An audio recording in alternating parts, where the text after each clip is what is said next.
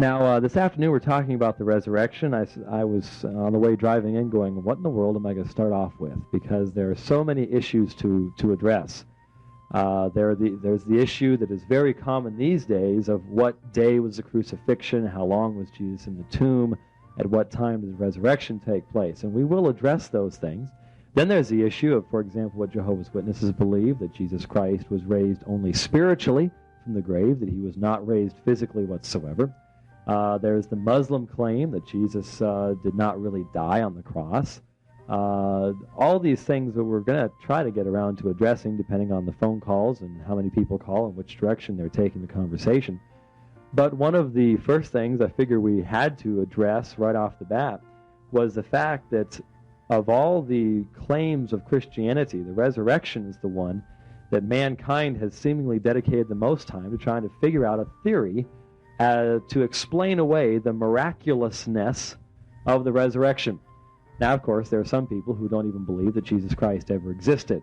They don't believe that he ever lived, but they are, fortunately, in the vast minority these days, because there's plenty of evidence that he did indeed live. Even the Jewish people accept that he lived, that he was a teacher, and that the stories that we have from him are at least generally accurate in what they have to say. But given that Jesus lived, then you come up with basically a humanistic attitude toward the resurrection. That is, obviously, there's no way, if one rejects the fact that miracles exist and that miracles can happen, there's no way for the resurrection to have taken place. There must be some naturalistic explanation for the resurrection. And a number of theories have been put forward. Undoubtedly, one of the most popular theories is the swoon theory. Ever heard of the swoon theory? Yes, as a matter of fact, I have. You've heard of the swoon theory. Yeah. There's a big difference between death and swoon. Yes, a very big difference between that.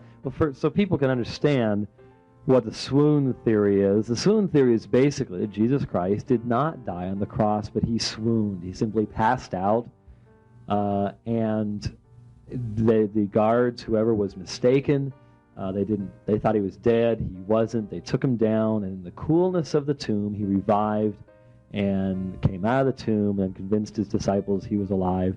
And then generally, as people would say, sometime later, who knows, when he was 60, 70 years old, he died a natural death, and that was it. And this was the beginning of Christianity. Well, the swoon theory has so many holes in it, it's almost unbelievable just to start off with what the swoon theory has to say. First of all, you've got a person who was crucified, and the gospel narratives tell us what happened relevant to the whipping, the scourging, the loss of blood, the nailing of the hands and feet to the cross, the piercing of the spear into Jesus' side, the fact that the Roman guards standing there could tell the difference between a person who had passed out and the person who was dead. They were trained to know that. If they messed up, it would be their life, so they obviously knew what was going on. So that doesn't obviously jive with the swoon theory whatsoever. Then you have Jesus being wrapped in a burial cloth, laid in a cold tomb. How that's supposed to revive someone, I'm not sure. It's sort of hard to breathe when you're wrapped in a burial cloth.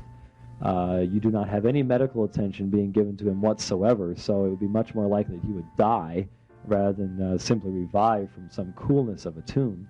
How he managed to get out of the burial cloth, the Gospels tell us, one of the Gospels tells us that the burial cloth that was wrapped around him just basically collapsed, that it hadn't been unwound and then wound back up, but just basically collapsed itself. How he managed to. Now, was that burial cloth similar to mummification, Jim? Well, there's a lot of questions about that, and of course, if you believe that the Shroud of Turin is correct, then that wouldn't make a whole lot of sense, because the Gospels tell us that there was a wrapping around the face that was taken off and laid aside, but there would seem to have been a wrapping. Same with Lazarus. Lazarus he said, release him from those burial clothes. It was just some loose thing. He was bound by them. It was just some loose thing. It was just sort of laying on him. He could have loosed himself from it. But obviously there needed to be something more than that. That's one of the reasons I don't accept the Shroud of Turin as being the actual burial cloth of Jesus, because it doesn't really jive with what the Gospels themselves say concerning it. But anyhow, how he managed to extract himself with hands, wrists that would have been basically obliterated by the nails, how he managed to stand up on feet that had just been recently nailed to a cross, then, in his weakened condition, managed to roll away a very heavy stone from the entrance of the tomb, fight off the Roman guards who obviously would have attempted to keep him in there, or sneak by them or something like that, if they're Roman guards. There are some who feel that they're temple guards, but even the temple guards themselves were under the same strictures that the Roman guards were. In the Mishnah, we read that the temple guards, if they ever were to fall asleep, would receive a whipping and their garments would be burned.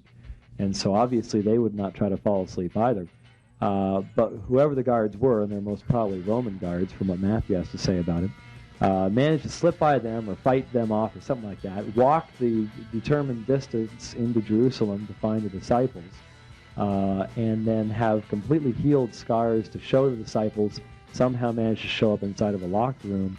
I mean, I think we've made it pretty obvious so far that the swoon theory just doesn't hold any water whatsoever. It has no way of jiving with the facts that we have them. About the oldest theory that has been put forth to explain the resurrection away is the theft theory, and that is the disciples stole the body of Jesus, and then to have a job, I guess, after the death of Jesus, they started preaching the resurrection, started their own church. Well, this one, of course, we were even given the origins of this one by Matthew, because Matthew tells the Jewish leaders approached the guards and gave them money and said, this is what you're to say, and if it comes to the governor's ears, we will intercede for you.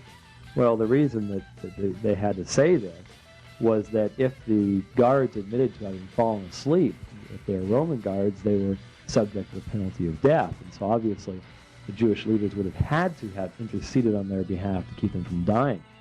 And since this is found even in the New Testament, it's not too surprising to find it common today. It has been brought up numerous times. Refuting it is rather interesting because, first of all, just on a very psychological basis, this band of disciples, as we see them presented, of course, someone who believes in this would say, well, that's their writings. They must be presenting it that way. Well, Luke wasn't one of them. And you'd have to assume that all of them are lying. This band of disciples, from all the evidence we have, were a very downtrodden, downcast group of people who were not out to go stealing bodies, fight off Roman guards, or anything of the kind. These were not trained soldiers who slipped past Roman guards and robbed tombs. They had no reason to do it. They were not inclined to deceiving people in the first place. There's no evidence that they were. There is no way to explain the fervor with which they proclaimed the gospel by saying that they themselves were well aware of the fact they were lying to people. The Jews themselves did not